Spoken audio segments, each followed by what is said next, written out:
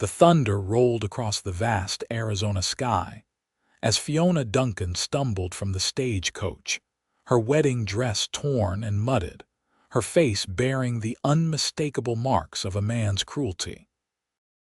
Blood trickled from her split lip as she stood trembling in the dusty main street of Vulture City, the mining boomtown that was supposed to be her salvation, not another place to fear. The year was 1879, and the promise of a new life through a mail-order marriage had turned into a nightmare before it had even properly begun. Jasper Montgomery, the mine owner who'd written such charming letters for 6 months, had revealed his true nature within hours of meeting her at the station 20 miles back. When she'd refused his drunken advances in the private coach he'd arranged, his charm had dissolved into violence. She'd escaped at the way station when he'd stepped out to speak with the driver, begging passage on the public stagecoach headed for Vulture City. Now here she stood, a stranger in a strange town, with nothing but the ruined clothes on her back and the bruises that marked her failure. Rain began to fall, gentle at first, then in sheets that plastered her auburn hair to her face and neck. The few townsfolk on the street hurried for cover, paying her little mind. All except one, a tall figure standing beneath the overhang of the general store, watching her with an intensity that made her want to run again, if only her legs would cooperate. But before she could gather her strength, her knees buckled. The last thing she saw before darkness claimed her was the man rushing forward through the downpour. When Fiona awoke, she was lying on a soft bed in a room she didn't recognize. Panic seized her chest until a gentle voice spoke from nearby. "Easy now. You're safe here." She turned toward the voice and found herself looking into the kindest blue eyes she'd ever seen. They belonged to a man with sun-bronzed skin and wheat-colored hair that fell just past his ears. He sat in a chair beside the bed, keeping a respectful distance. "Where am I?" She managed, her voice hoarse. "My ranch about 3 miles outside of town. Name's Brody Irvine." He stood slowly, as if trying not to startle her, and moved to pour water from a pitcher into a tin cup. "You collapsed in the street during the storm. Doctor checked you over Mrs. Henderson from town was here the whole time as a chaperone." He offered the cup with a careful hand. Fiona took it, noticing how he ensured their fingers wouldn't touch in the exchange. The water was cool and sweet against her parched throat. "Thank you, Mr. Irvine, but I shouldn't impose. If you could direct me to the boarding house in town." No boarding house in Vulture City would take in a woman alone without references, he said matter-of-factly. "And from the looks of those bruises, you need somewhere safe more than you need to worry about propriety." Fiona touched her cheek self-consciously, shame burning through her. "I don't know what happened to bring you here," he continued, "and you don't have to tell me, but I want you to know something." His voice dropped lower, firm but gentle. "Here, you'll only know gentleness. That's a promise." Tears welled in Fiona's eyes, but she blinked them back. She'd learned the hard way that men's promises were worth less than dust. "Why would you help a stranger?" she asked, suspicion edging her tone. A shadow passed across his face. "Because 5 years ago my sister arrived on my doorstep looking much like you do now. Her husband had been beating her for years." His jaw tightened. "She died 3 days later from her injuries. I couldn't save her then, but maybe I can help you now." The raw honesty in his voice made something in Fiona's chest ache. "I'm sorry about your sister. So am I." He cleared his throat. "My housekeeper, Mrs. Whitfield, has set out some clothes that might fit you. They belong to my sister. When you're feeling up to it, there's food in the kitchen." He moved toward the door. "The doctor said nothing's broken, but you need rest. Stay as long as you need." "Mr. Irvine," she called as he reached for the doorknob. He turned back. "I'm Fiona Duncan." The corner of his mouth lifted in a slight smile. "Rest well, Miss Duncan." After he left, Fiona sank back against the pillows, exhaustion tugging at her bones. Outside the window, she could see the vast expanse of ranch land stretching toward distant mountains. For the first time since stepping off the train in Arizona territory, she allowed herself to breathe. The next morning, Fiona woke to the scent of coffee and bacon. She dressed in the simple calico dress Mrs. Whitfield had left. It was a bit loose but clean and whole. When she ventured from the bedroom, she found a plump, silver-haired woman bustling around a sun-drenched kitchen. "There you are, dear. Sit. You're thin as a fence post." The woman guided her to a chair at the wooden table. "I'm Edith Whitfield. Been keeping house for Mr. Irvine since he built this place 4 years back. Thank you for the clothes, Mrs. Whitfield.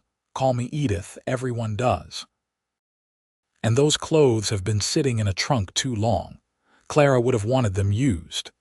She set a plate piled with eggs, bacon, and biscuits before Fiona. "Eat now. Mr. Irvine's been out since dawn checking the herd." As Fiona ate, discovering she was ravenous, Edith chattered about the ranch, about how Brody had come west after the war with nothing but determination, and built one of the most respected spreads in the territory. "Not that it's been easy," Edith continued, sitting across from Fiona with her own coffee. "The drought 3 years back nearly ruined everyone, and then there's the Hollister gang causing trouble." She leaned forward conspiratorially. "Cattle rustlers, nasty bunch. Shot one of our hands last spring." "It sounds dangerous," Fiona murmured. "Life out here is dangerous, girl, but Brody Irvine is a good man to have on your side." Edith studied Fiona's face. "Those bruises tell quite a story." Fiona stared into her coffee. After a moment, she found herself telling Edith everything about her parents dying of influenza last winter, about the desperate poverty that followed, about the mail-order bride advertisement that had seemed like salvation. "He wrote such beautiful letters," she said softly. "Jasper Montgomery promised me a life of comfort as his wife. Said he was a successful mine owner looking for a companionable woman to share his home." "Montgomery," Edith's face darkened. "That snake owns the Copper Queen mine outside of town. Mean as a rattler and twice as deadly." "You're lucky you got away. He'll be looking for me," Fiona whispered, fear clutching at her throat. "Let him look." The new voice came from the doorway where Brody stood, his tall frame blocking the light. His clothes were dusty from the morning's work, but his eyes were clear and determined. "Montgomery has no claim on you." "I never married him," Fiona confirmed. "I was to meet the minister in Prescott, but after she swallowed hard. After what happened on the journey, I ran." Brody stepped into the kitchen, hanging his hat on a peg by the door. "Then legally he has no rights where you're concerned, but that won't stop a man like Montgomery." "I should leave," Fiona said, rising from her chair. "I've put you in danger just by being here." "Sit down, Miss Duncan." Brody's voice was firm but not unkind. "You're not going anywhere until those bruises heal and you have somewhere safe to go." "I have no money, no family," she admitted. "Nowhere to go." "Then you'll stay here and earn your keep," Edith declared, as if the matter were settled. "I could use help with the house, and Mr. Irvine's accounts are a mess. You said you worked as a teacher back east. You must know your figures."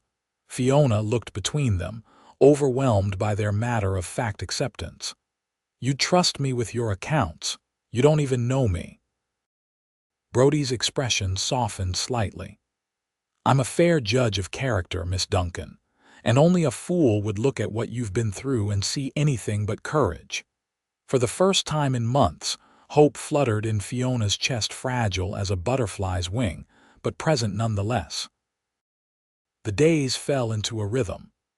Mornings, Fiona helped Edith with household tasks, cooking, cleaning, preserving the garden's harvest for winter.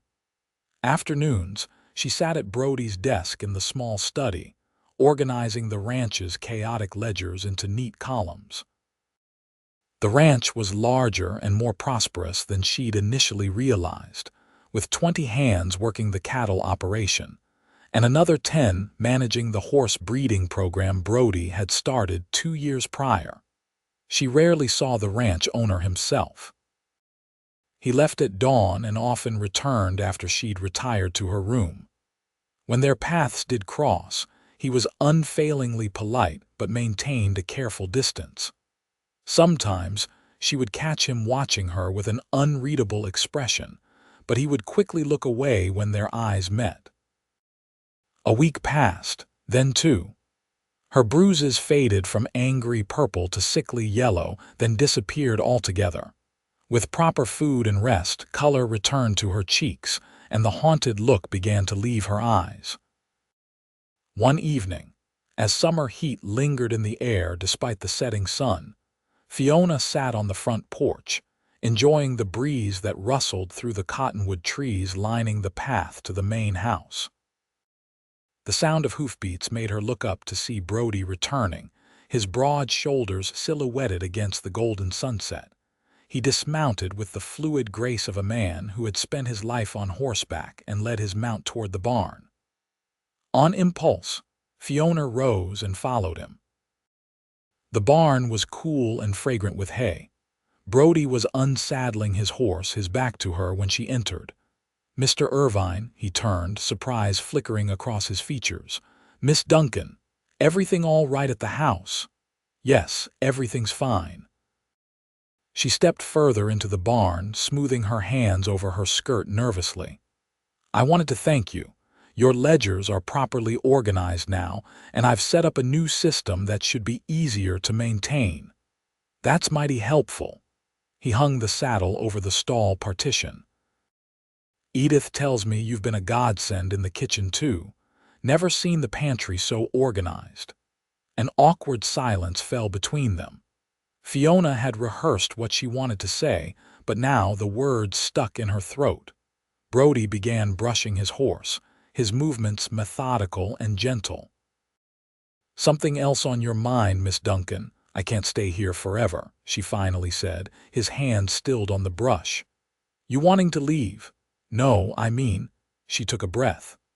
"I've imposed on your hospitality for weeks now.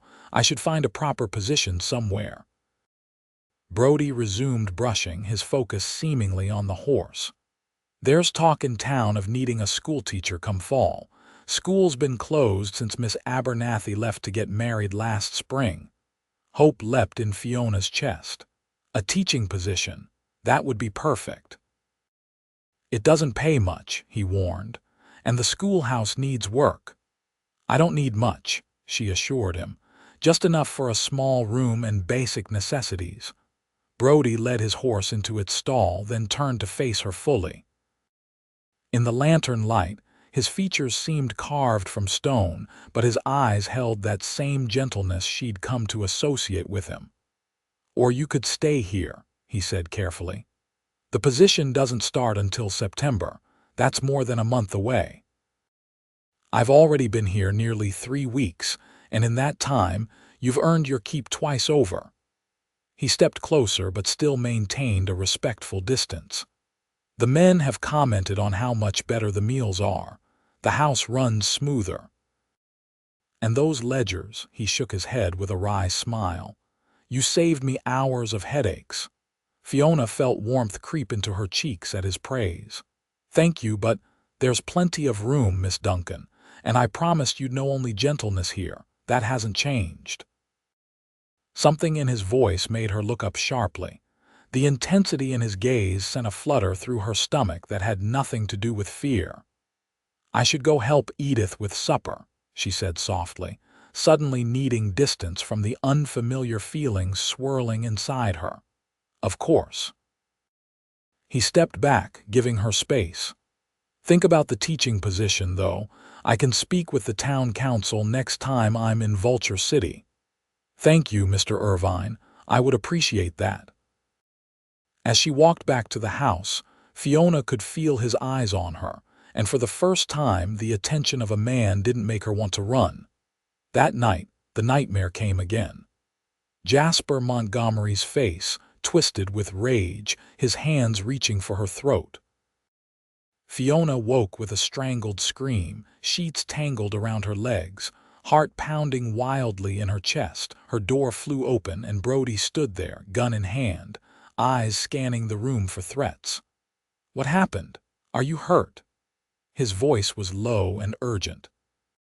Fiona pulled the blanket up to her chin, embarrassed by her state of undress in just her nightgown.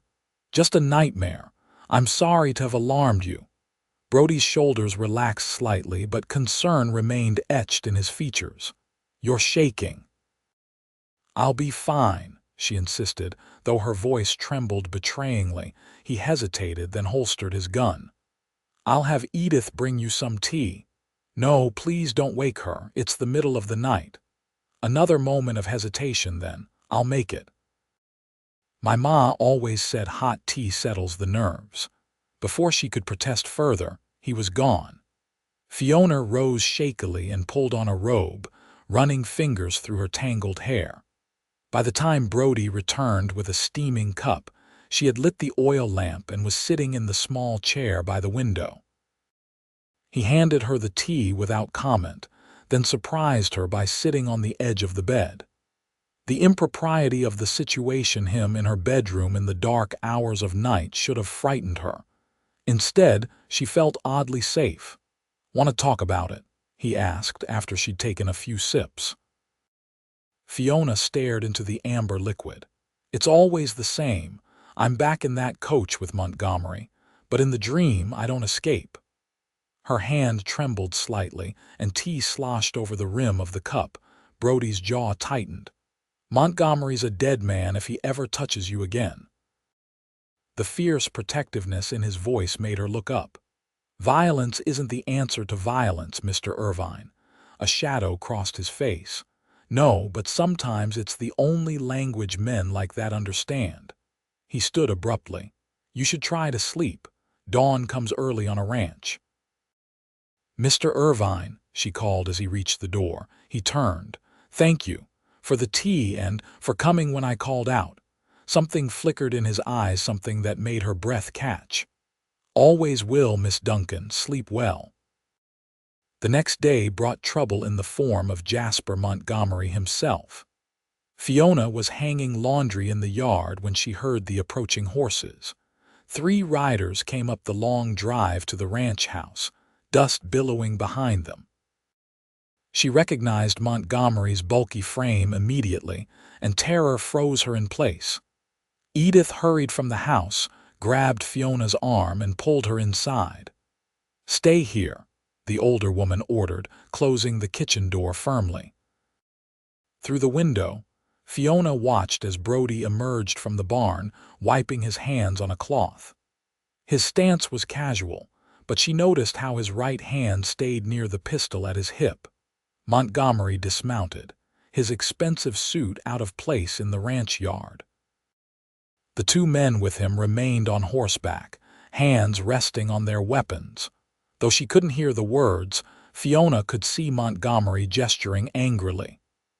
Brody stood impassive, his expression revealing nothing. Then Montgomery jabbed a finger toward the house, and Brody stepped forward, placing himself directly in the mine owner's path. The tension was palpable even from a distance.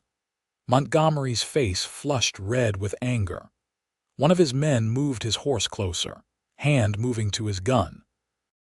Fiona's heart hammered against her ribs. Without thinking, she rushed out the back door and around to the front of the house. "Stop," she called, hurrying across the yard. Brody turned sharply. "Get back inside, Miss Duncan." But it was too late. Montgomery's face split into a cruel smile. "There's my wayward bride. Come to your senses finally, Fiona." "I was never your bride," she said, forcing strength into her voice despite her trembling hands. "Our arrangement ended the moment you laid hands on me." "A misunderstanding," Montgomery said smoothly. "A man has certain expectations when he pays for a woman's passage across the country." "That's enough," Brody's voice cut like steel. Miss Duncan isn't going anywhere with you, Montgomery. Montgomery's eyes narrowed. This isn't your business, Irvine. The woman and I had an agreement. Which you broke when you beat her, Brody replied evenly. Now I'm asking you politely to leave my property. Or what? Montgomery sneered. You'll take on all three of us. Even the great Brody Irvine can't outdraw two guns. The air seemed to crackle with tension. Fiona saw Brody's hand move imperceptibly closer to his weapon. This was going to end in bloodshed, and it would be her fault. Mr. Montgomery, she stepped forward, ignoring Brody's warning glance. The letters you sent, they were lies. You described yourself as a gentleman seeking a wife. What you wanted was something else entirely. She straightened her spine. I won't be that for you or any man. I'd rather work as a laundress or a cook for the rest of my life than spend one day as your wife. Montgomery's face twisted with rage. You ungrateful little. That's enough, Brody interrupted. You've heard the lady. Now get off my land before I forget my manners. For a tense moment, Fiona thought Montgomery would order his men to draw. Then, surprisingly, he laughed an ugly sound devoid of humor. Keep the damaged goods, Irvine. But remember, this is my territory. The Copper Queen mine employs half the men in the county. Cross me, and you'll find yourself with no hands willing to work your precious ranch. He turned to Fiona. As for you, no respectable household in the territory will hire you once they hear how you shared a roof with a man who isn't your husband. With that parting shot, he mounted his horse and rode off, his men following close behind. When the dust settled, Fiona found her knees had turned to water. Brody was at her side in an instant, his arm going around her waist to steady her. I'm sorry, she whispered. I thought he might hurt you. I can handle the likes of Jasper Montgomery, Brody said, but his voice was gentle. Come on, let's get you inside. That evening, as darkness fell across the ranch, Fiona sat with Brody on the porch swing. The night was warm, crickets chirping in the tall grass, stars emerging one by one in the vast Arizona sky. Montgomery was right about one thing, she said after a long silence. My reputation will be ruined. Brody's hands tightened on the arms of the swing. People round here know better than to listen to Montgomery's poison. Perhaps, but they'll still talk. A single woman living in a bachelor's home, even with Edith as chaperone, she shook her head. The teaching position will likely go to someone else now. Then we'll find something else for you, Brody insisted. Maybe in Prescott or even Phoenix. The thought of leaving made Fiona's chest ache in a way that surprised her. In the weeks she'd been at the ranch, it had become more of a home than anywhere she'd lived since her parents died. Or you could stay, Brody said so quietly she almost didn't hear him. She turned to look at him, finding his eyes already on her face, intense and searching. As what, Mr. Irvine? Your housekeeper. Your charity case, as my wife. The words hung in the night air between them. Fiona's breath caught in her throat. That's not funny, she managed finally. I'm not laughing, he replied, his voice steady. I know it's sudden, and I know after what you've been through, marriage is the last thing you'd want. But hear me out. He shifted to face her more fully. A marriage of convenience, on paper only. You'd have the protection of my name, a permanent home, and we'd share the running of the ranch as partners. No, expectations beyond that. Fiona stared at him, searching his face for any sign of deception. She found none. Why would you do that? She asked. He looked away, out toward the darkened pastures. Because in 3 weeks, you've brought more life to this place than it's seen in years. Because you're smart and brave and deserve better than what this territory would give an unmarried woman with no family. He paused. And because I gave you my word that here, you'd only know gentleness. This is me keeping that promise. Tears pricked at Fiona's eyes. A marriage without love isn't much of a marriage, Mr. Irvine. No, he agreed softly, but it's better than no home at all. She couldn't argue with that. And yet, something in her rebelled at the idea of another loveless arrangement, even one made with the best of intentions. "May I think about it?" she asked finally. Relief flashed across his features. "Of course. Take all the time you need." The next morning, Fiona rode into Vulture City with Edith to purchase supplies. The town was busier than she remembered from her brief glimpse upon arrival, with miners, cowboys, and townspeople going about their business along the dusty main street. As they tied their horses outside the general store, Fiona noticed the glances and whispers that followed them. News traveled fast in small towns. Inside the store, the proprietor's wife greeted Edith warmly but gave Fiona a cool once-over. "Mrs. Whitfield, good to see you. This must be the young lady staying at the Irvine Ranch." "Miss Duncan, yes," Edith said cheerfully, seemingly oblivious to the woman's tone. "Best help I've had in years. Makes a peach cobbler that would make you weep." The woman, Mrs. Palmer, according to the sign above the counter, merely hummed in response and began filling their order. Fiona pretended to examine a display of ribbons, but she could feel curious eyes on her back. "They say she was Montgomery's mail-order bride before Irvine stole her away," a woman's voice carried from the next aisle, deliberately loud enough to be heard. "Always thought Irvine was a decent sort," came the reply. "Guess even the best men have their weaknesses." Shame burned in Fiona's cheeks. She'd experienced gossip before, but never as its subject. Edith squeezed her arm reassuringly but said nothing as they completed their purchases and left. Outside, they nearly collided with a group of miners coming up the boardwalk. One of them, a burly man with a scar running down his cheek, blocked their path. "Well, if it ain't Irvine's new woman," he sneered. "Boss says you ain't so particular about whose roof you sleep under." Fiona felt her stomach drop, but Edith stepped forward, her plump frame somehow imposing despite her height. "Henry Tucker, you move aside right now or I'll tell your mother exactly what you said to a lady in broad daylight," the housekeeper threatened. The miner Tucker actually looked abashed for a moment before his scowl returned. "Montgomery's offering $50 to anybody who can convince her to come back to him," he said, addressing Fiona directly. "Think about that, lady. $50 is a lot of money in these parts." "Not enough to sell my soul," Fiona replied, summoning courage she didn't feel. "Now please let us pass." For a moment she thought Tucker might refuse, but a new voice joined the conversation. "Problem here."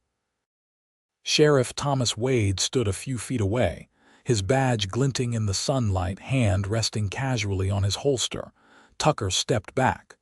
"No problem, Sheriff. Just passing the time of day with the ladies. Best be on your way, then." The sheriff's tone was pleasant but firm. The miners moved on, but not before Tucker shot Fiona a look that chilled her blood. "Thank you, Sheriff," Edith said with obvious relief. "Mrs. Whitfield." The sheriff tipped his hat, then turned his attention to Fiona. "Miss Duncan, I presume? Brody's mentioned you." "Yes, sir."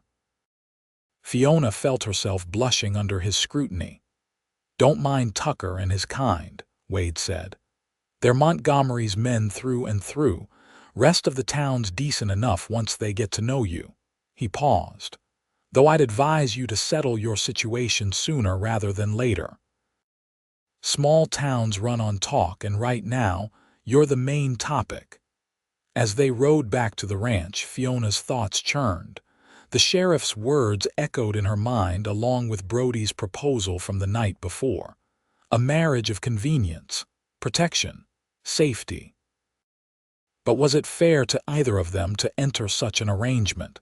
The ranch came into view, its white-painted buildings gleaming in the afternoon sun. Smoke curled from the chimney of the main house, and in the distance, She could see cowboys moving cattle across the pasture. In just weeks, this place had become more of a home than anywhere she'd lived in years. And at the center of it all was Brody Irvine, a man who had shown her nothing but kindness and respect since the moment she'd arrived. By the time they reached the house, Fiona had made her decision. She found Brody in the study that evening, going over the ledgers she'd organized. He looked up when she entered, a question in his eyes. "May I speak with you, Mr. Irvine?" "Of course." He set aside the papers and gestured to the chair opposite his desk. "Is everything all right?" Edith mentioned there was some trouble in town. "Nothing serious," she assured him, though the memory of Tucker's threat still unsettled her. "But it did help me make up my mind about your proposal." Brody went very still, his expression carefully neutral. "And what have you decided?" Fiona took a deep breath. "I'll marry you, Mr. Irvine." Relief washed across his features before he composed himself again. "You're sure? I don't want you to feel pressured." "I'm sure," she said, and was surprised to find she meant it. "But I have conditions." A smile tugged at the corner of his mouth. "I'd expect nothing less. First, this will be a true partnership. I'll continue keeping your books and helping manage the ranch.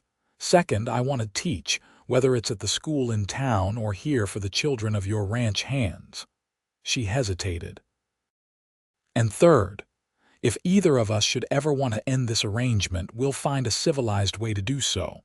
Brody considered her words, then nodded slowly. "Those are fair conditions. I have one of my own." "Yes, call me Brody." Mr. Irvine seems overly formal for a wife, even in a marriage of convenience.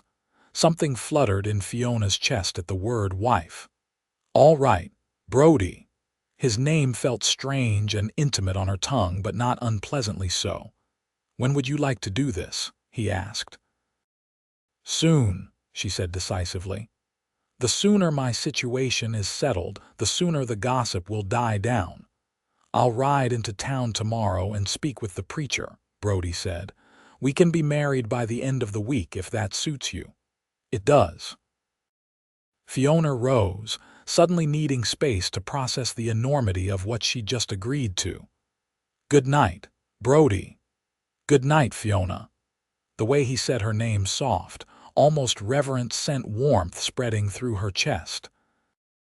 As she left the study, Fiona wondered if she'd just made the wisest decision of her life or the most foolish.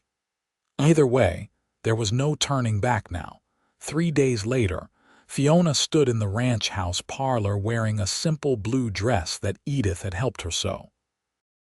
Wildflowers gathered that morning decorated the mantel, and sunlight streamed through the windows onto the small gathering. Edith, Sheriff Wade, Dr. Miller, and a few of the ranch hands who'd been given the afternoon off to witness the ceremony. Reverend Phillips from the Vulture City Church stood before the fireplace, Bible in hand. And beside him waited Brody, looking so handsome in his clean black suit that Fiona's steps faltered momentarily. His eyes found hers across the room, and the intensity in them made her breath catch. For a moment, she could almost believe this was a real wedding, born of love rather than practicality. The ceremony was brief and simple. They exchanged vows in clear voices, promises to honor and cherish each other that Fiona wondered if either of them truly understood the weight of. When Brody slipped a simple gold band onto her finger, his mother's, he told her that morning his hand trembled slightly, and Fiona felt an unexpected surge of tenderness toward this strong, gentle man who was now her husband. "You may kiss your bride," Reverend Phillips announced. Fiona tensed, suddenly unsure. They hadn't discussed this part. Brody seemed to sense her hesitation. He leaned forward and pressed his lips to her forehead, instead a gesture so sweet and respectful that tears pricked at her eyes. Afterward, there was a small celebration with food Edith had spent 2 days preparing. The ranch hands offered awkward but sincere congratulations, and even Sheriff Wade seemed genuinely pleased for them. "You've done well for yourself, Brody," the sheriff said, clapping him on the shoulder. "And you too, Mrs. Irvine," he added with a wink toward Fiona. The name startled her. Mrs. Irvine.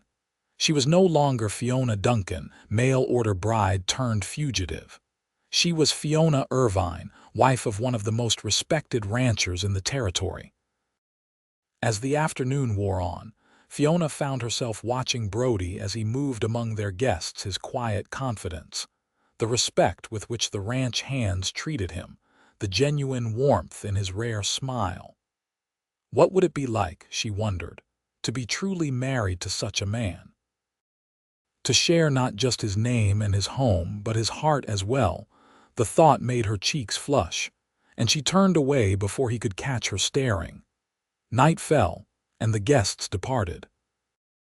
Edith, in a gesture of discretion that made Fiona both grateful and mortified, announced she would be staying in town with her sister for a few days to give the newlyweds privacy. And then they were alone. Brody stood awkwardly in the parlor, hands in his pockets. "I had Edith prepare the main bedroom for you. It has a private bathroom attached." "Where will you sleep?" Fiona asked, equally awkward. "I've moved my things to the small room off the study. It was meant to be a guest room, but it'll serve." An uncomfortable silence stretched between them. Fiona twisted her new ring nervously. "Fiona," Brody finally said, his voice gentle, "nothing changes tonight. I meant what I said, no expectations beyond what you're willing to give. This marriage is for your protection and security, nothing more." Relief and an emotion she couldn't quite name flowed through her. "Thank you for understanding," he nodded. "It's been a long day. You should rest." As she turned to go, something made her pause and look back at him. He stood in the center of the room, shoulders slightly slumped, looking suddenly younger and more vulnerable than she'd ever seen him. On impulse, she crossed back to him and rose on tiptoes to press a soft kiss to his cheek. "Good night, husband," she whispered. His sharp intake of breath was audible in the quiet room. "Good night, wife," he replied, his voice rough.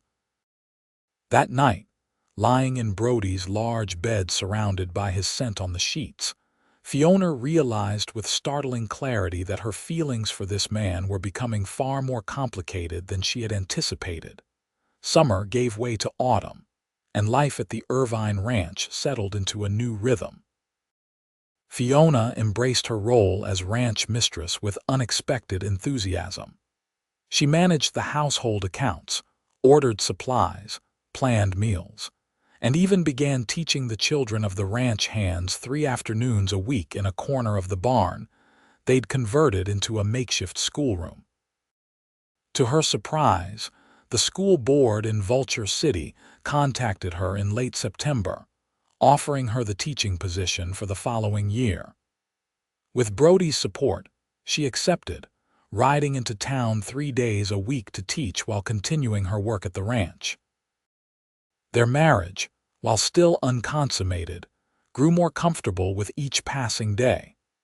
They shared meals, discussed ranch business, and often spent evenings together in the parlor, Brody reading the newspaper while Fiona worked on lesson plans or mending. Sometimes they talked for hours about their lives before they'd met. Brody told her about growing up in Tennessee, about fighting for the Union in the war despite his family's Southern sympathies, about coming west afterward to escape the memories.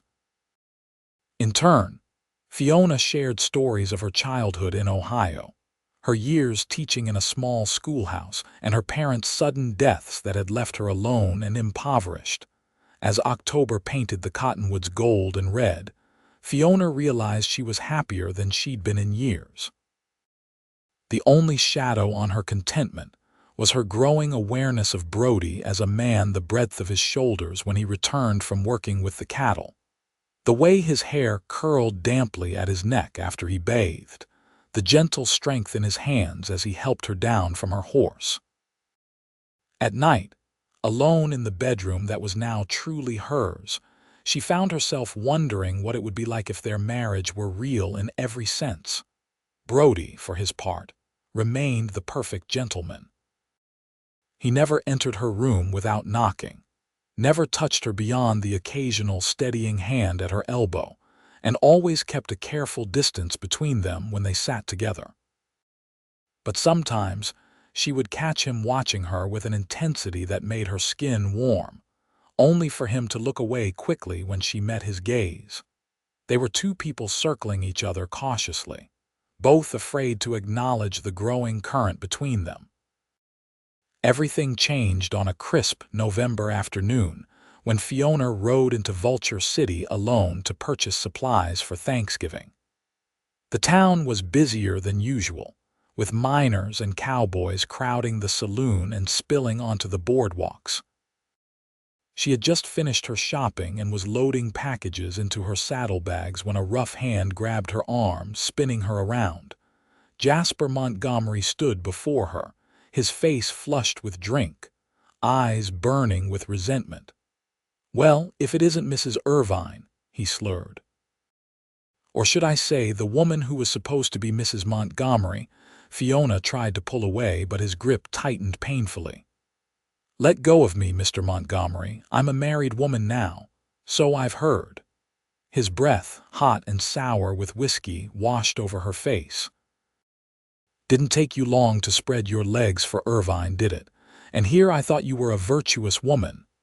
Anger flashed through Fiona, burning away her fear. "You know nothing about virtue, sir.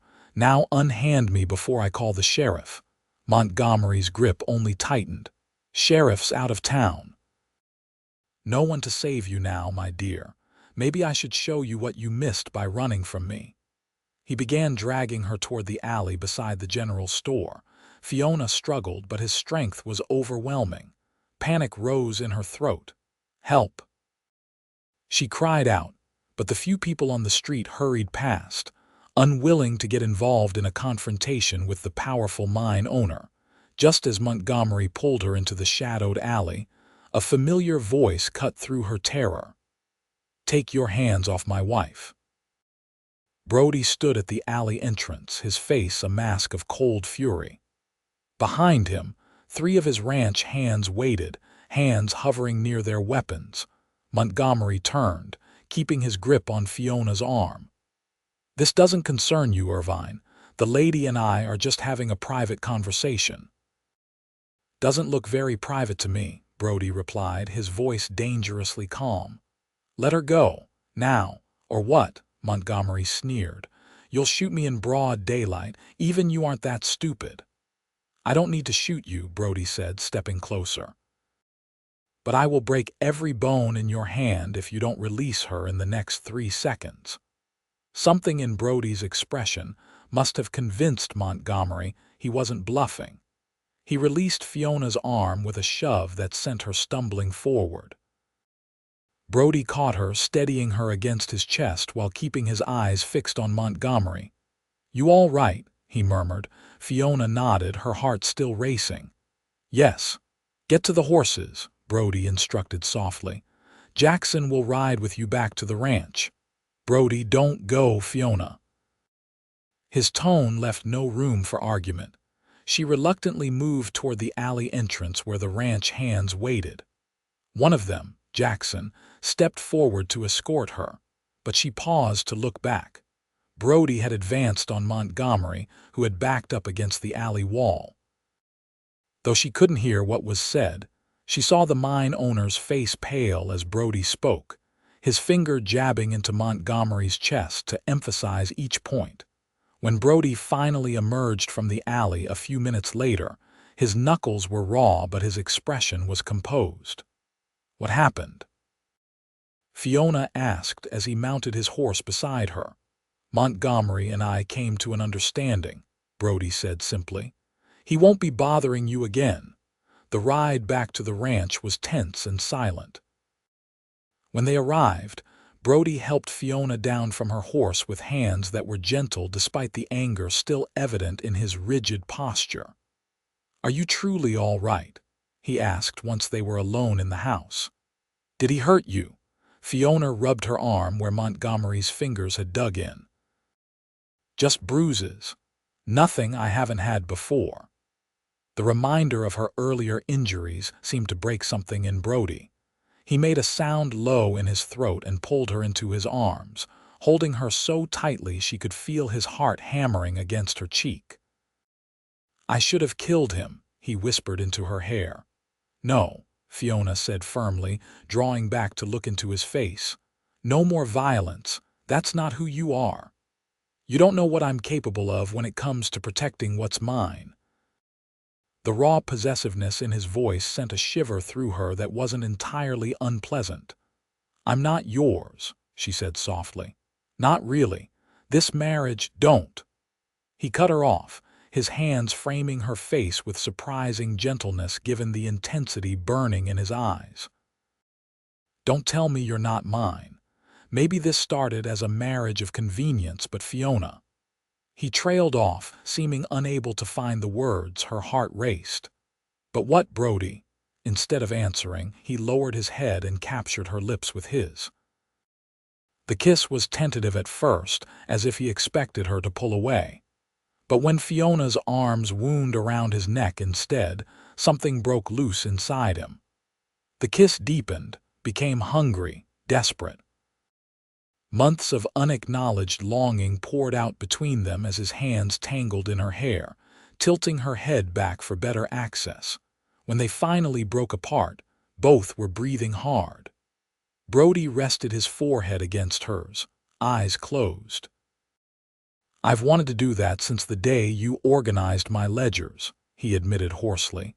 A startled laugh escaped Fiona. "My bookkeeping skills inspired this." His eyes opened, and the tenderness she saw there made her breath catch. "Everything about you inspires me, Fiona Irvine. Your courage, your kindness, your stubborn determination to make a place for yourself here." He brushed a strand of hair from her face. "I know this isn't what you signed up for. It's exactly what I want," she interrupted, surprising herself with the certainty in her voice. "You're what I want, Brody." The vulnerability in his expression nearly broke her heart. This strong, confident man who commanded respect throughout the territory was looking at her as if she held his entire world in her hands. "I love you," he said simply. "I think I have since that first day when you stood in my kitchen and insisted on earning your keep despite everything you'd been through." Tears filled Fiona's eyes.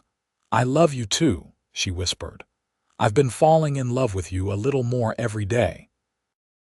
This time when they kissed, it was with the sweet certainty of a shared future stretching out before them.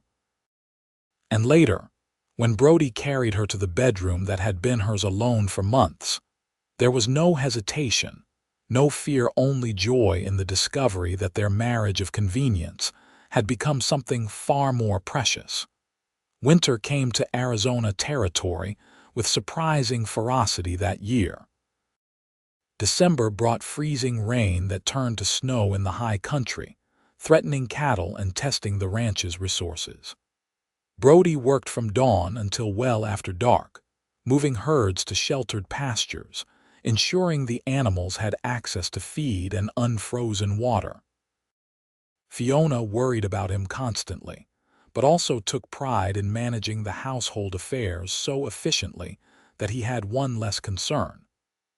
At night, when he finally returned to their now shared bedroom, she would warm his cold hands between hers and listen as he talked through the day's challenges. Their physical relationship had blossomed along with their emotional one. Brody was a tender and considerate lover, always attentive to her needs and desires. The gentleness he had promised her that first day permeated every aspect of their marriage. As Christmas approached, Fiona noticed Brody making mysterious trips to the barn after dinner, returning with sawdust clinging to his clothes. When she questioned him, he merely smiled secretively and changed the subject. On Christmas Eve, after they'd shared a special dinner with Edith and the ranch hands in the bunkhouse, Brody led Fiona into the parlor where a small pine tree stood decorated with paper stars and candles. "Merry Christmas," he said, looking suddenly shy. "I know it's not much compared to what you might have had back east. It's perfect," she assured him, deeply touched by his thoughtfulness. "There's one more thing." He disappeared briefly and returned carrying something large covered with a blanket. Setting it carefully before her, he pulled away the covering to reveal a beautiful oak rocking chair, its wood gleaming with fresh polish. "You made this?" Fiona asked, running her fingers over the smooth armrests in amazement. "Been working on it for weeks," he admitted. "I thought, well, I hoped it might come in useful someday, for when we have a family of our own." The implication of his words made Fiona's heart swell with emotion. "You want children? With you?" Brody took her hands in his. "More than anything." Fiona smiled, tears of joy gathering in her eyes. "Then I have a Christmas gift for you too." She guided his hand to her still flat stomach. "In about 7 months, if the doctor is correct." Brody's expression transformed from confusion to wonder to pure joy in the space of heartbeats. "A baby, our baby." She nodded, laughing through her tears as he lifted her off her feet in a gentle embrace. "Are you happy?" she asked when he set her down again. Happy doesn't begin to describe it. He knelt before her, pressing a reverent kiss to her stomach. "When did you know?" "I suspected for a few weeks, but the doctor confirmed it yesterday when I was in town." She stroked his hair as he rested his head against her. "I wanted to be sure before I told you." That night, as they lay tangled together in their bed, Brody's hand protectively covering the place where their child grew, Fiona reflected on the strange journey that had brought her here. From the terrified, bruised bride who had stumbled off a stagecoach less than 6 months ago to this, a beloved wife, respected teacher, and soon-to-be mother. "What are you thinking about?" Brody asked, noticing her contemplative expression. "How close I came to never knowing this happiness," she admitted. "If I hadn't found the courage to run from Montgomery that day." "But you did," he reminded her, pressing a kiss to her shoulder. "That courage is one of the many things I love about you." "You gave me a safe place to heal," she said softly. "You kept your promise that I'd know only gentleness here." "And I always will," he vowed, "for you and our child and any others that might come along." As spring returned to the Arizona territory, bringing wildflowers and new calves to the Irvine ranch, Fiona's body changed with the season. Her once slender form rounded with the growing life inside her, and Brody treated her with such tender solicitude that she sometimes teased him about hovering. "I'm pregnant, not made of glass," she told him one April afternoon as he insisted on carrying a basket of laundry she'd been about to lift. "Humor me," he replied with that smile that still made her heart skip. "It's not every day a man gets to witness a miracle." The miracle arrived on a sweltering July evening, a healthy boy with his father's blue eyes and a powerful set of lungs that announced his arrival to the entire ranch. They named him Thomas, after Brody's father and Sheriff Wade, who had become a dear friend to them both. Jasper Montgomery left Vulture City that spring, his mind having played out earlier than expected. Without his malignant influence, Fiona found the town increasingly welcoming. Her position at the schoolhouse became permanent, though she took the fall term off to care for baby Thomas. By their first wedding anniversary in October, Fiona could scarcely remember a time when she hadn't been Brody's wife. The marriage that had begun as a practical arrangement had transformed into the kind of deep, abiding love she had once believed existed only in novels. One evening, as they sat on the porch swing watching the sunset, Thomas sleeping peacefully in his cradle beside them, Brody took Fiona's hand and pressed a kiss to her palm. "You ever regret it?" he asked quietly. "Marrying me," staying here instead of going somewhere else to start over. Fiona turned to study his face, beloved in every line and contour. Never, she said with absolute conviction. This is exactly where I'm meant to be. With a cowboy who couldn't even keep his ledgers straight, he teased, though she could see the genuine emotion behind his smile. With the man who promised me gentleness and gave me so much more. She leaned into his embrace, feeling the steady beat of his heart against her cheek. Love, family, purpose, everything I never knew I needed until I found you. As darkness settled over the ranch, bringing with it the chorus of night insects and the distant lowing of cattle, Fiona reflected on how far she had come from that rainy day when she'd arrived in Vulture City with nothing but bruises and fear. The bruises had faded long ago. In their place was the warm certainty of being truly, deeply loved, a certainty as vast as the Arizona sky above them, and as enduring as the mountains that cradled their home. 10 years later, the Irvine Ranch had grown to be one of the largest and most prosperous in the territory. Thomas, now a sturdy 10-year-old with his father's quiet confidence and his mother's quick mind, had been joined by two sisters, Clara, 8, named for Brody's sister, and Emma, 5, with copper curls that matched her mother's. Fiona divided her time between teaching at the Vulture City School, which had expanded to 2 rooms to accommodate the growing town, and managing the ranch's business affairs. Under her guidance, Brody had diversified their operations, adding fruit orchards and expanding the horse breeding program until Irvine stock was sought after throughout the Southwest. On a golden October afternoon, the anniversary of their wedding, Brody surprised Fiona by taking her on a picnic to the spot where they had shared their first kiss. The children were left in Edith's care, though the housekeeper was now more family than employee, her age showing only in her silver hair as she chased after the youngest Irvine with remarkable energy. "Remember that first day?" Brody asked as they sat beneath a cottonwood tree, the remains of their picnic spread between them. "When you came stumbling off that stagecoach in the rain, how could I forget?" Fiona smiled, leaning against his shoulder. "I was terrified, exhausted, and convinced my life was over. And now—" He turned to look at her, the lines around his eyes crinkling with his smile. "Now I know it was just beginning." She reached up to touch his face, still handsome at 42, though streaked with silver at the temples. "That frightened girl could never have imagined this life we've built." "I knew," Brody said softly. "Not right away, perhaps, but that day when you organized my chaotic ledgers and told me exactly how I should be managing my accounts, that's when I started to hope we might have a future together." Fiona laughed. "You do have peculiar standards for falling in love, Mr. Irvine." "Only the highest," he assured her, pulling her closer for a kiss that, even after a decade of marriage, still made her pulse quicken. Later that evening, as they rode home together, the setting sun painting the landscape in shades of gold and crimson, Brody reached across to take her hand. "Thank you," he said simply. "For what?"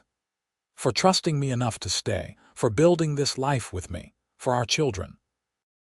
His voice grew husky with emotion. "For loving me, Fiona, when you had every reason to never trust a man again." Fiona squeezed his hand, heart full to overflowing. "You made it easy to trust again," she told him. "You promised me gentleness, and you've given me that and so much more every day since." As they crested the hill that overlooked their ranch, the white painted house with smoke curling from the chimney, the barns and corrals, the orchards heavy with autumn fruit, Fiona felt a profound sense of homecoming. This place, this life, this love, all of it had grown from the darkest moment of her life, proving that even the most wounded heart could heal and flourish with proper care. "Race you home," Brody challenged suddenly, his eyes twinkling with mischief. Fiona laughed and urged her horse forward, riding toward the future they continued to build together one day, one moment of gentleness at a time.